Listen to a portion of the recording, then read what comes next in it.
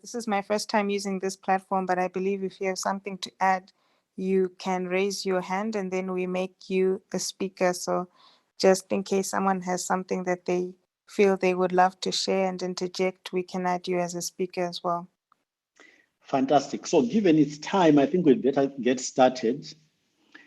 And maybe let me just say how this came to be, how this came about. So I was watching a BBC documentary on the Earth viewed from space.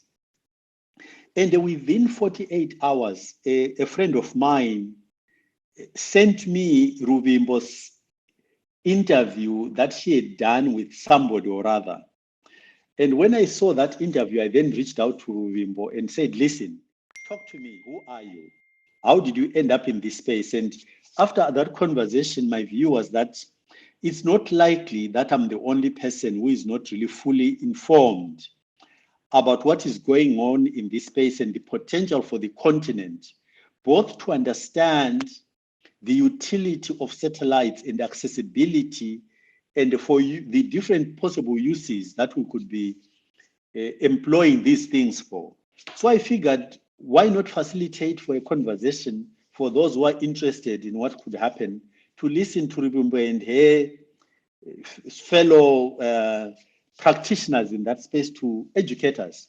So Ruvimbo, on that note, let me hand over to you. And maybe you want to start off by introducing yourself in terms of what exactly you do, because I'm sure that there are people who understand. So don't assume we all are well educated in what the terminology that you guys use amongst yourselves mean. So you have to be patient and explain fairly pedantically almost what this space is about and what you do, what can be done, the potential, and who is using it on the African continent at the moment. Over to you. Thank you so much, Doctor, for the lovely introduction.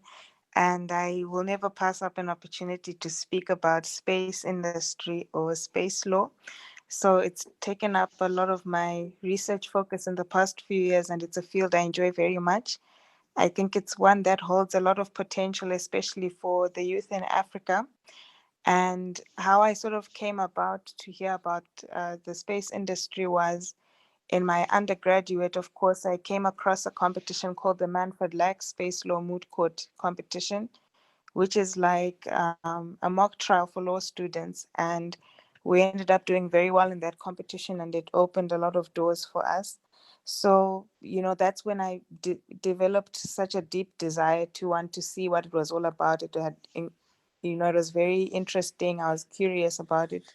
So when I began to find out more about this field, what I realized is the space law. I think let me begin with space law as a body of expertise is really just terrestrial laws or laws that we encounter here on Earth, but translated to a space environment or a space setting.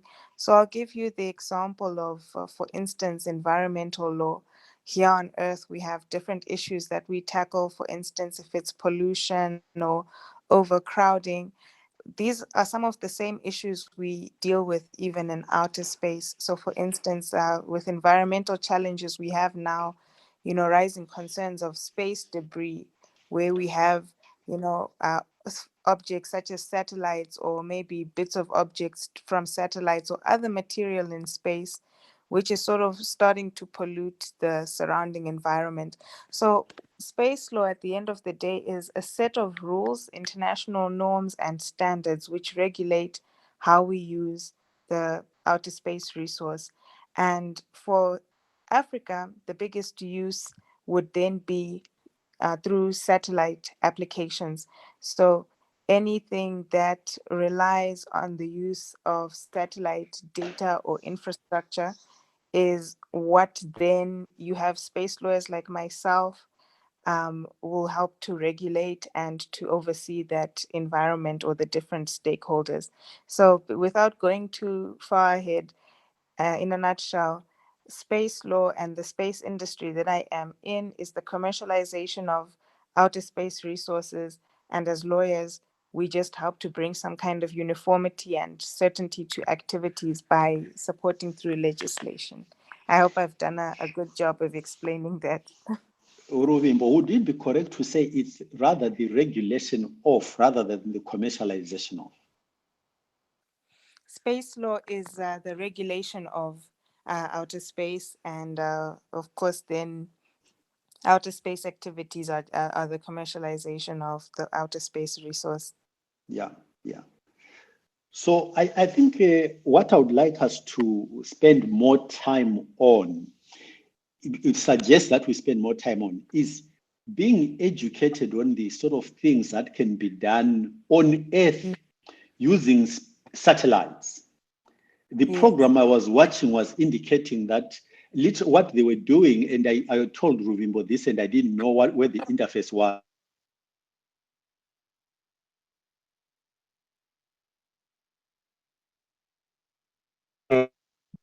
A family of elephants, for instance. And then Mm. all of a sudden, they would zoom in where you were able to see the individual baby elephant. And I was asking you whether it's actually possible to do it out of space, or were they combining technology, i.e., getting somebody on the ground to give us the micro elements of a macro bit which you can see from space. Because when it comes to things like agriculture, managing our parks, when you consider the problems of poaching that we suffer from on the continent, even mineral exploration, I just want those of you who are present here to help us understand what it is that we could actually do and at what cost. Indeed. And at this juncture, I would also like to invite Dr. Timiebi with us as well. But just to prelude to your question, there are so many applications that we can use for satellite technology. And in the Zimbabwean context, we have quite a few, such as in agriculture for monitoring of crop health and just boosting production yield. We also have the use of satellite applications for mining, and in the industry, it's proven very vital for mapping of mineral reserves. Same goes for underground water reserves as well. And even with the example that you gave us when it comes to wildlife and tracking, again, the satellite can help us in that regard. So it's quite limitless. There's, I think, another important sector for Africa, which we will see gaining some momentum in the next few years, is, communications. Already a number of African countries have, invested in communications satellite, not only for, broadcasting and for mobile networks, but especially for internet access. And I think that is some kind of infrastructure we would do very well with. But I don't want to say too much. Dr. Timmy, it would be great to hear from you as well. Thank you so much for supporting, and I can't wait for everyone to hear from you too. Hello, thank you so much for bringing me up here. I only have a few minutes. I just came in to show my support for Ruvimbo, who is just doing such fantastic work at the moment. It is so hard to be an innovator and pioneer in this space, and she's doing fabulous work. So I'm an assistant professor at the School for the Future of Space in Society at Arizona State University, but I started my career as one of the first hires in legal affairs at the Nigerian Space Agency. And when I first got there, Nigeria was launching a communications satellites. And people really were like, not hostile, but people's questions were always, why is Nigeria investing in satellites and wanting to go to the moon when there's like all these problems and things on the ground? But I think 20 years later, we're starting to see that it's part of a whole science and technology development program. So, for instance, you can use satellite technology development to inspire and motivate for science and technology capacity building within a country.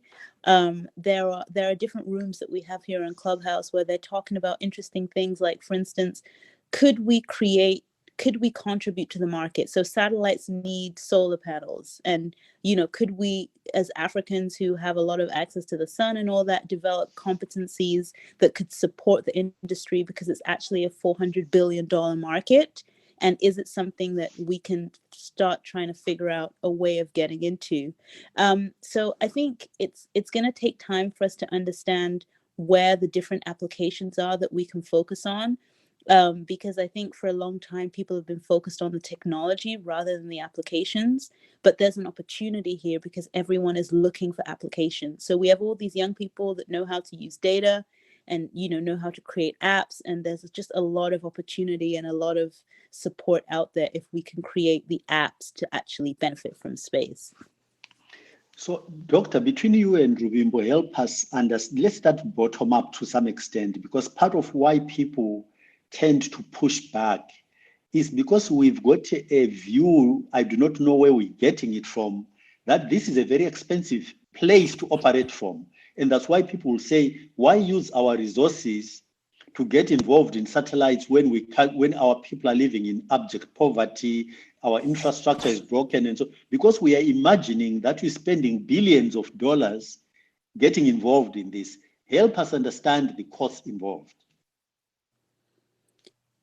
So I think that there are people I see in the room. For instance, might have an insight on this coming from the investment side, but I think what we're finding is that there's a revolution going on in space now where costs are coming down significantly. So before, you would have to have a $500 million satellite to be able to do anything useful.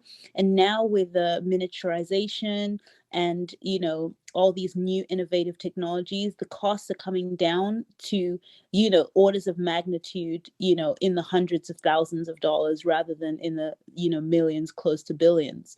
So what we're seeing with these commercial off the shelf technologies that are being developed and miniaturization, that even school kids, a lot of universities are making these small satellites that you can build in just a couple of years and that cost $200,000 to launch, and you can still get applications from them. So we're really seeing a shift right now in, people trying to ensure that space is something that is accessible and accessible to everybody. And so there's a lot that's happening. And I think even Ru has a startup, working in that is probably on the low cost end too, right, Ru? Yeah, definitely. It's more of a social enterprise, if anything. Well, tell us a little bit more than that, Ruvimbo. Of course. So I do have a startup called AgriSpace, and it's looking to use, we call it geospatial data, which is really just a fancy way of saying satellite data, which has a focus on, the geography of the earth. So you're looking at agriculture, any form of land data, also, water management comes in as well. So we're using, these geographic information systems to help farmers derive better data for their farming operations. So that will give them ideas on how to plant, where to plant, what to plant, when to plant. And hopefully all of this technological innovation helps them to, not only boost their yield, but we're also talking from an investment point of view. Having this kind of information will assist, with credit finance. So it's a very multi-tiered solution, but at the crux of it is just satellite data for farming. And, from there, you can really branch out into so many different sectors, but we're looking at agriculture for now, I think, as a very important developmental concern for Zimbabwe, especially. So help us understand at the moment who on the African continent actually owns a satellite or satellites, and what evidence is there that they are using this asset in a manner that is actually beginning to benefit the citizens of that country? Who owns satellites and what are they doing with them? On the African continent, that is. Oh wow, that's a very loaded question, No, not especially at with. all. No, for me, it's just information sharing. I would love to know without any Oh, loadedness about it at all. Not at all. well, when it comes to the number of countries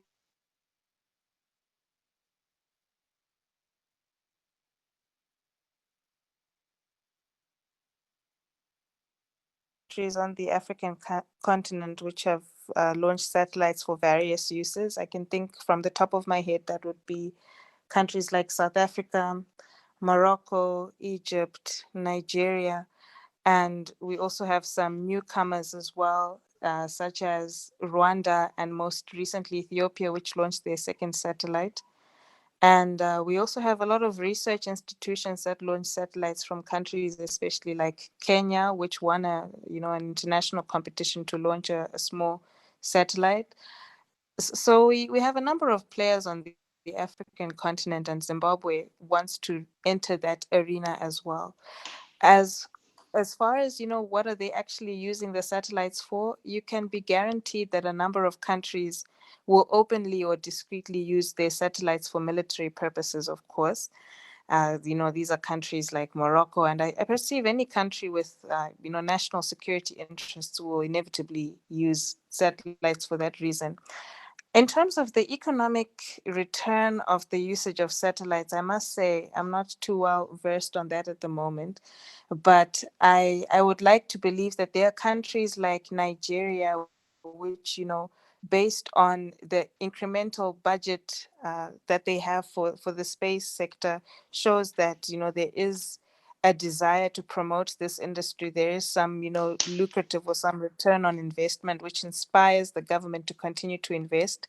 Same as South Africa, I would believe. They've just commissioned a near 200 million US dollar hub, or 200 million rand, sorry, hub, which will look towards supporting. It's an innovation hub that will look to supporting different stakeholders in the ecosystem, especially the private sector and also research institutions. So to that extent, I believe that the satellites are fulfilling the purposes that the governments and even private sectors are aiming for them. With regards to the actual figures and numbers, it stands to be seen. But as Dr. Timiebi mentioned, it's a very lucrative field. So I think any country that makes meaningful steps towards investing in the space industry will yield some kind of socioeconomic return. But just to clarify, by the way, this issue of security, security is a bit like a knife. A knife can be used for good purposes or bad purposes. You can use it to kill people or to do things that a knife does in a much more supportive and productive way. If I look at Nigeria, I know that Nigeria and the issue of the abduction of school children and so on and so on, that's a security issue. And I would like to hope that a facility like that could be used to quickly track down what is going on and recover and stop this kind of stuff going on. And there's nothing wrong with that. That would be very good for the society. Yeah, so I think when the Boko Haram first started in Nigeria, I mean, there was a lot of press reports that, Nigerian satellite data was used to, to help track down the issue with the girls. But I think there's been challenges in implementation because we've been focused on technology development and having the satellite. So a lot of countries, weren't focused 100% on what were the actual applications. I'd love to bring Ruvimbo, if we can bring Rain up here. She's a NASA engineer that's Cameroonian, and she might have some insights to share as well. But I think moving forward, everyone is now focused on what are the applications that we're going to be developing rather than focusing on technology development. Hi, Rain. Hello, for having me on stage. I'm already learning a lot from you. Well, welcome, and please share with us what you feel you are free to share, given whatever constraints you might have to respect. Oh, yes. Yeah, do you want me to address the question a little bit about myself for your audience and for you? Please, because I think that inspires other people listening. We would like to inspire young people to understand that this is accessible and they can go out there and do what you guys have done. Oh, there we go. Yeah, I love this idea of inspiring people. So, yes, my name is Rentone Johansson. I am from Cameroon. I was born and raised in Douala. I only moved to the US in 2016. The first challenge was to first learn the language, and then second, go to grad school. So I have a bachelor in system engineering and a master in aerospace engineering from San Jose State University. So since I was 9 years old, I've always dreamed about working at NASA and working on space mission. So I was made fun of, how in Africa it's difficult to dream when your conditions are not good, your living condition are not good. I'm from a very humble family, so it was really challenging. So I'm here to motivate young people and show that it's possible. So I currently work for a team.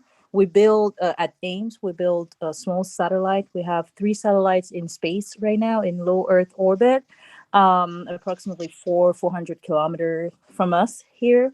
And I'm also involved in a lunar experiment project, also at NASA Ames. So I'm really happy to join this conversation because I dream about um, involving like the space industry in Africa. So thank you so much, Timmy, for suggesting that I join you guys. Yes, I'm done speaking.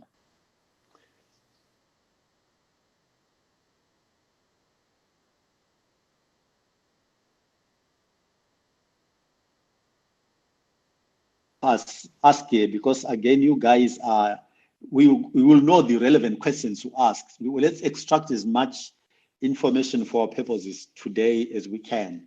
And I Yeah, think it's, thank yeah, you. please go ahead.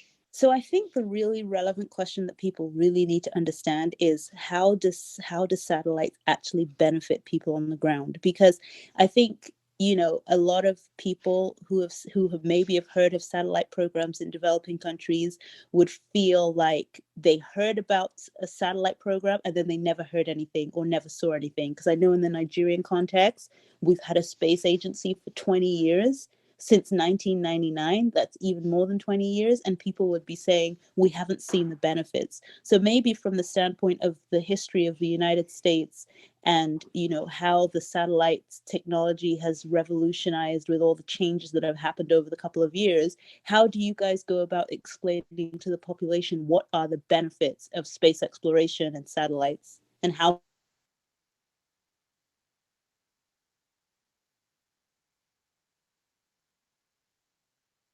bit of insight on that. The first reason I give, like, why do we need satellite, right? Especially when you have to explain it to people who are struggling with basic needs. The first advantage, it's communication. First of all, like, satellites is the reason why we can use a GPS. For example, you want to go from point A to point B, and thanks to satellites, constellation of satellite, you're able to use your communication device. And for example, if you live in Nigeria and you want to communicate with your family far from where you live, you're able to do it thanks to a satellite. So the first argument is based on communication, right? This is something we can explain to people, and everyone or most of people own a phone back home, back in the continent. So that's how we can present it. And uh,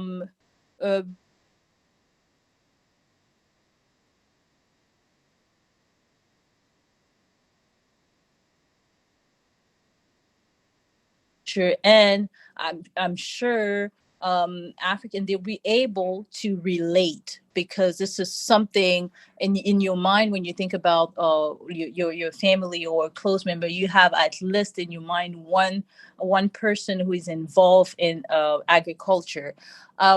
Third point will be security.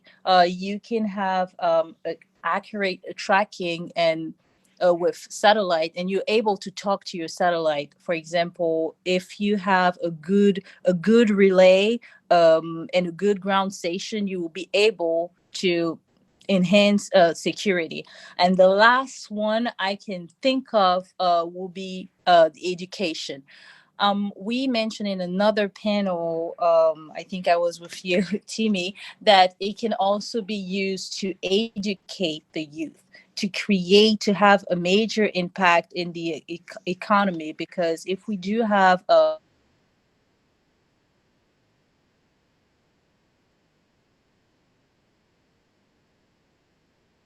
excitement, that, and also demystify the space industry. It's accessible and by everyone, and not just to space. We don't need to be a space engineer to be involved in space, and this is what we need to, the direction we need to head to. And I'm done speaking. From a technical point of view, would it not be better for Africa, through an entity such as the AU, to co-own one or more satellites than individual countries owning satellites?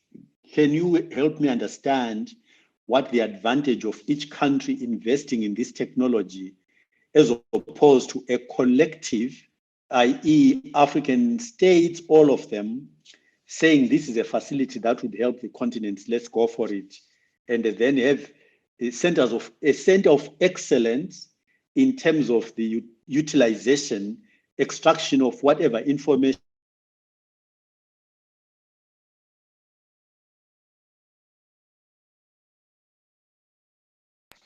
I believe we've already begun to see some progress in that. The African Union recently announced that they were moving towards establishing the Africa Space Agency, which essentially will be the coming together of all 54 African countries, towards space development. And I think that's a recognition of just the need for regional collaboration. But I also think there's a certain extent of national autonomy that's required. I say this only in the interests of each country having its own peculiar needs for space applications. So, for instance, in Zimbabwe, where we might focus on things like disaster management or urban development, for other countries, it might be mineral or natural resource management. So, I think under the auspices of the Africa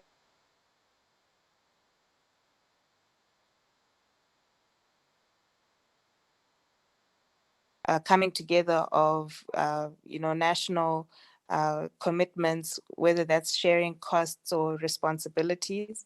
And in that way, we can really see a concerted continental effort. We've already begun to see some sporadic efforts. For example, there's the ARM constellation, which is a conglomeration of a couple of countries towards a small satellite constellation. If I'm not mistaken, the country should be Nigeria, Algeria, South Africa, and Kenya, perhaps. And this is really just going towards trying to build not only infrastructure, but creating or pooling data, pulling resources, pulling the skills as well, and the knowledge. So in the coming few years, I think we will really see that. And who knows, even, the space industry, I think, will provide us some solutions for post-COVID recovery as well. I think just that coming together of resources and skills and infrastructure will go a long way in ensuring that every country, even the least capable, will benefit from outer space endeavors. But explain the state autonomy you refer. Firstly, are satellites always single purpose, or can you have a satellite that is multi-purpose? In other words, could you use it, for instance, for telecoms and security and geo mapping, tracking, what do you call them, the parks, poachers, and so on? Or must each satellite be for a particular purpose only?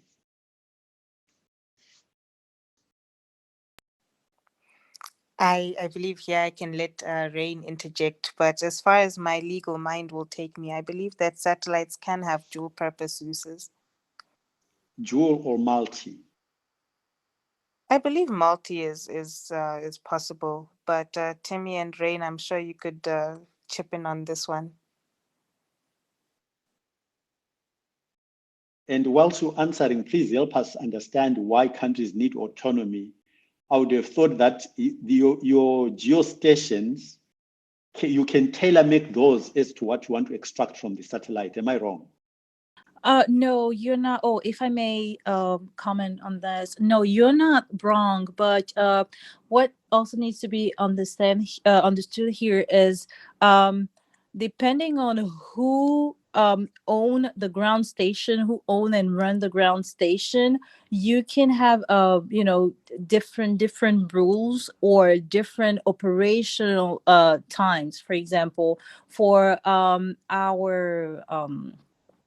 our satellite that in my group at NASA, we do have time slot. Like we do have a rigorous schedule for our experiment.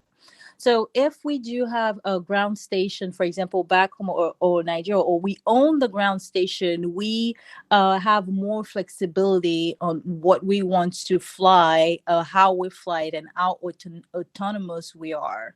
Right. So we will be defining the rules and also master what we're going to do. Not sure if I'm clear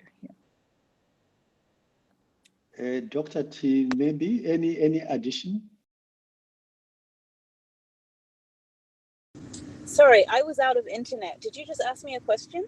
Yeah, do African countries need to each have a satellite, or can countries come together to own one satellite and be able to use it for their own needs, depending on whatever ground rules they agree amongst themselves?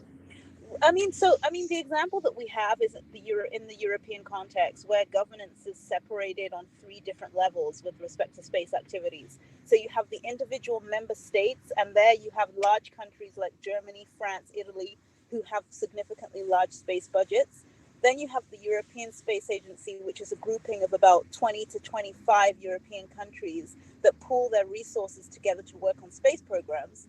And then recently, in the past 5 years, the European Union has been given a competency to work on space programs for the entire of Europe. So basically, you see there are 3 levels of governance there. And so each level of governance has its own reasons for the kinds of programs that it works on. So of course, if you're a smaller country that has no capacity, then you would want to benefit from being able to connect with the larger countries that are working on things. But if you are a big country that is putting a lot of money in, then you would want to drive the requirements of the system and not just have to rely on what everyone else has. So there's different cases that can be made as to why each actor would determine whether they wanted a group satellite or an individual satellite.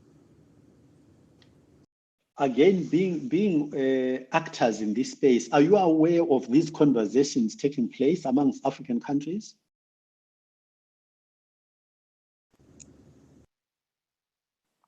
I believe there are a number of high-level discussions, both public and private forums. Some public forums we've had in the past few weeks were some conferences, and we're also looking forward to hosting the first Africa Space Week, which is an inaugural event on behalf of the African Union Commission, which will for the first time bring different stakeholders for a week-long discussion on different issues of policy and interoperability of infrastructure and the like.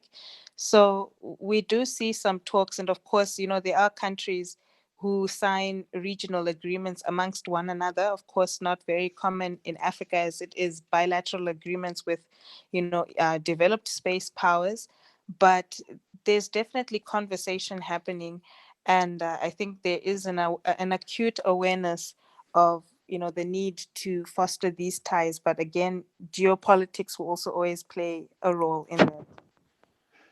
Do I see that Chris and Nalenhle are wanting to say something? Do you mind inviting them in to contribute as they wish, please? Of course, I don't know whether I'm interpreting what I'm seeing correctly. I think Chris is up. Chris, do you want to go ahead and say your comment?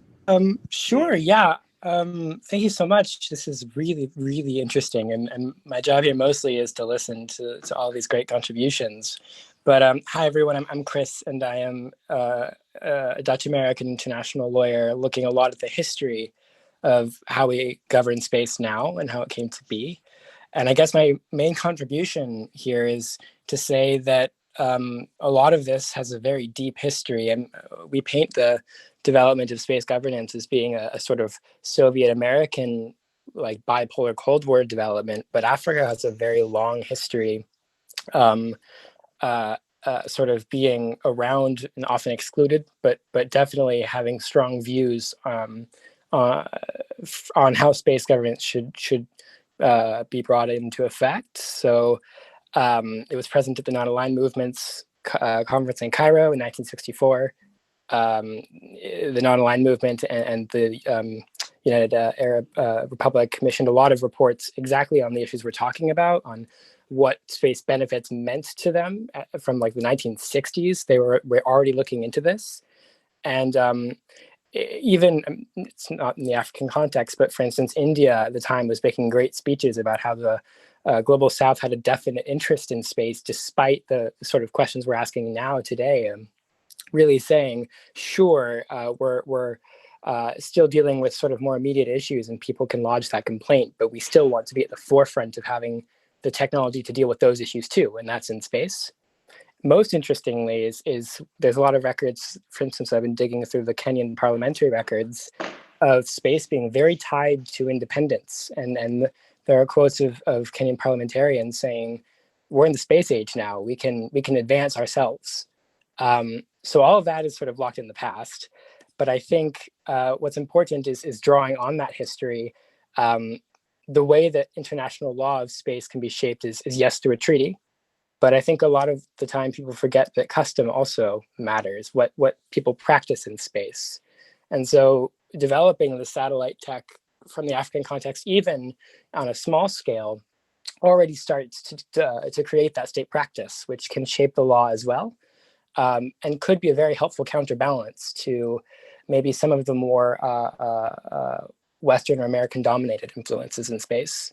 So there's sort of a normative weight to that too. That's all I have, really. Okay, no, that's fine. Thanks, Chris. Nalenhle.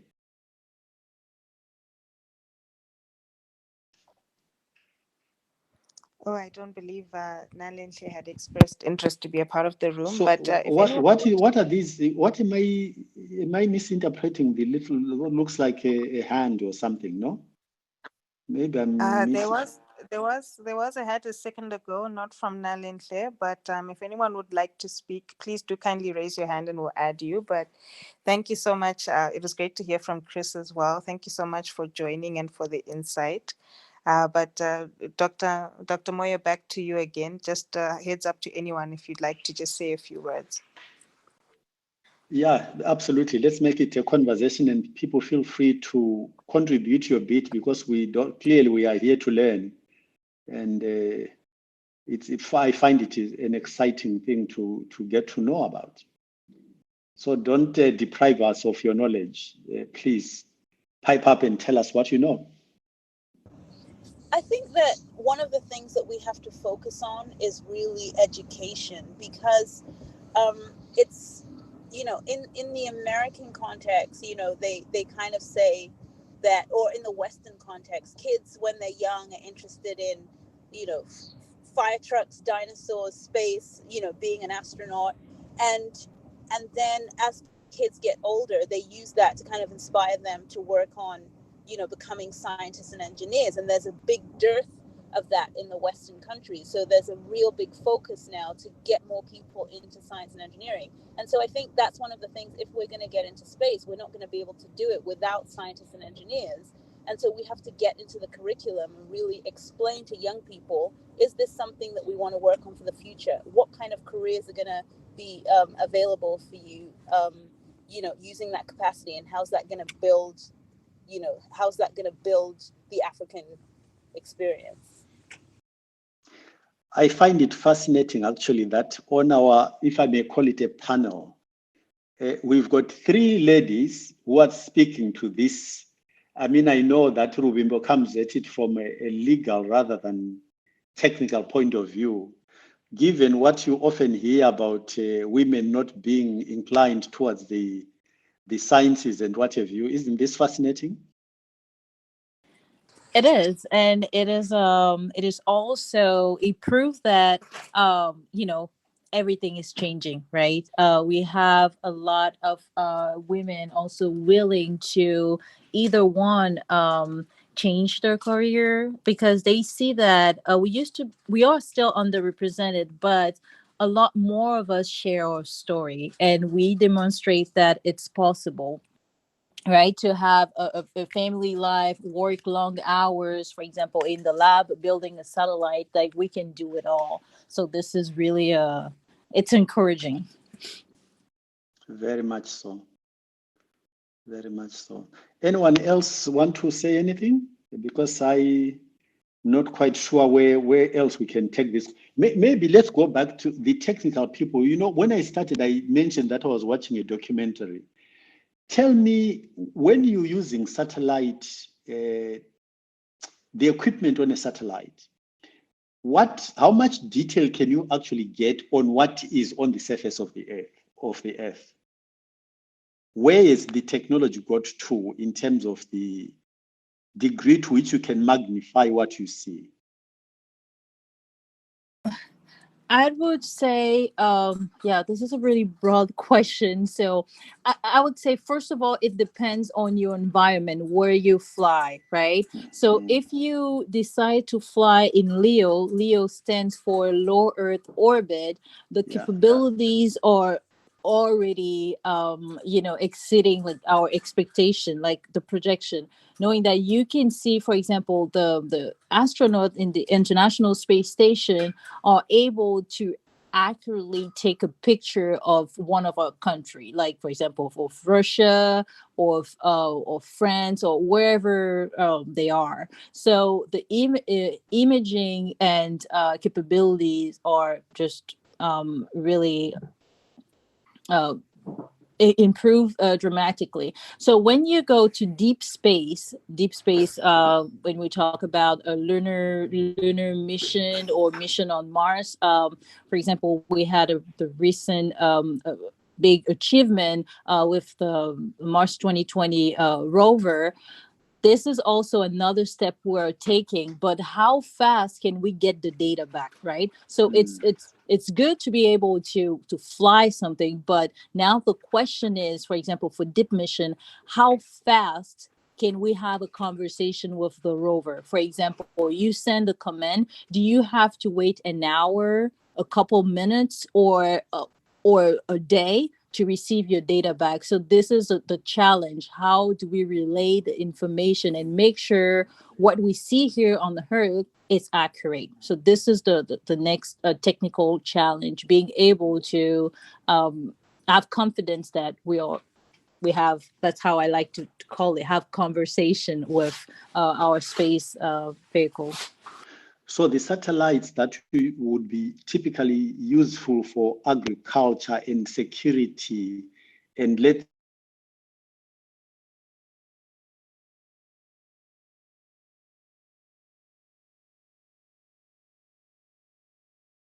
and we already master Leo mission, right? Like everything, not everything, but most of the experiment had been done. You do have, I don't know if you're familiar with the constellation, do you have a couple of satellites constellation in Leo, around like 500 kilometer, I would say. You have the Starlink. You can look at Starlen, the Starlink constellation, just already up there. So it means that if we want to launch a constellation of African satellite, for example, by the way, this is my dream, we want to launch a satellite, it is completely possible because everything that has been done before, it's easier for the next generation or the next project. So I do have confidence that it's possible. It's a matter of now funding and get the government to agree on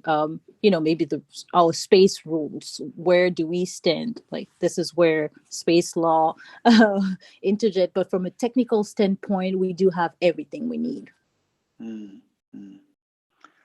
Tinashe, I see you are with us. Any thoughts from you?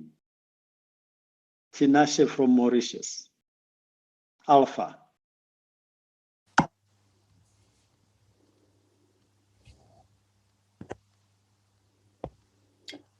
Hi, sorry, I didn't know that I was supposed to be the one speaking right now.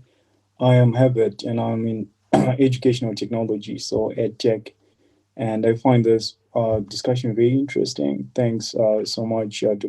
Nkosana Moyo, for hosting it.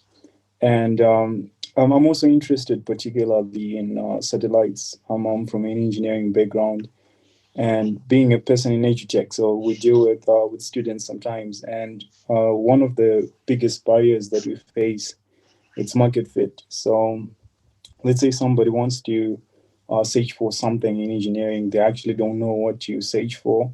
So I think it's always good if like we could start to nurture that interest in satellites at a very early stage. So one of the things that I noticed was something that I used to do in college.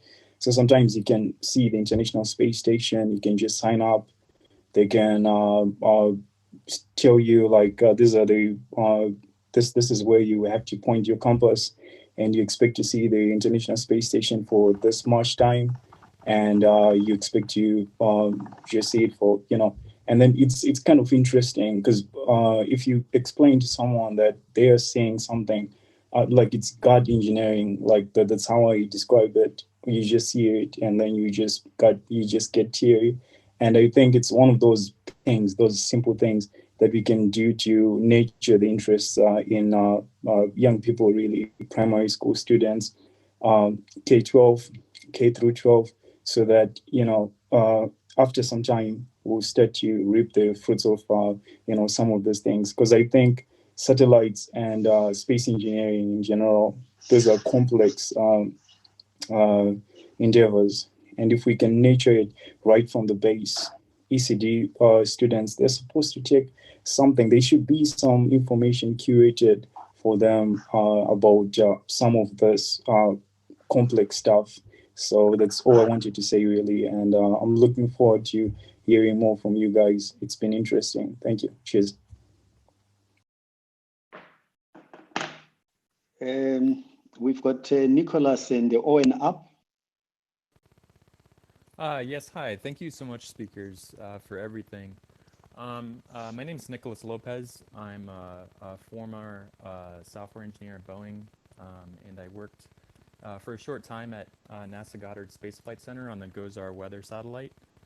I'm not an expert by any means. I just thought I'd bring up my background. I'm interested in space, and I'm interested in satellites as they develop across Africa over the next 10 years. I'm sure some of the speakers are aware of the possibility of development of also UAVs and unmanned vehicles, and how there's a big opportunity to also explore those types of regulations. My company specifically is launching weather balloons,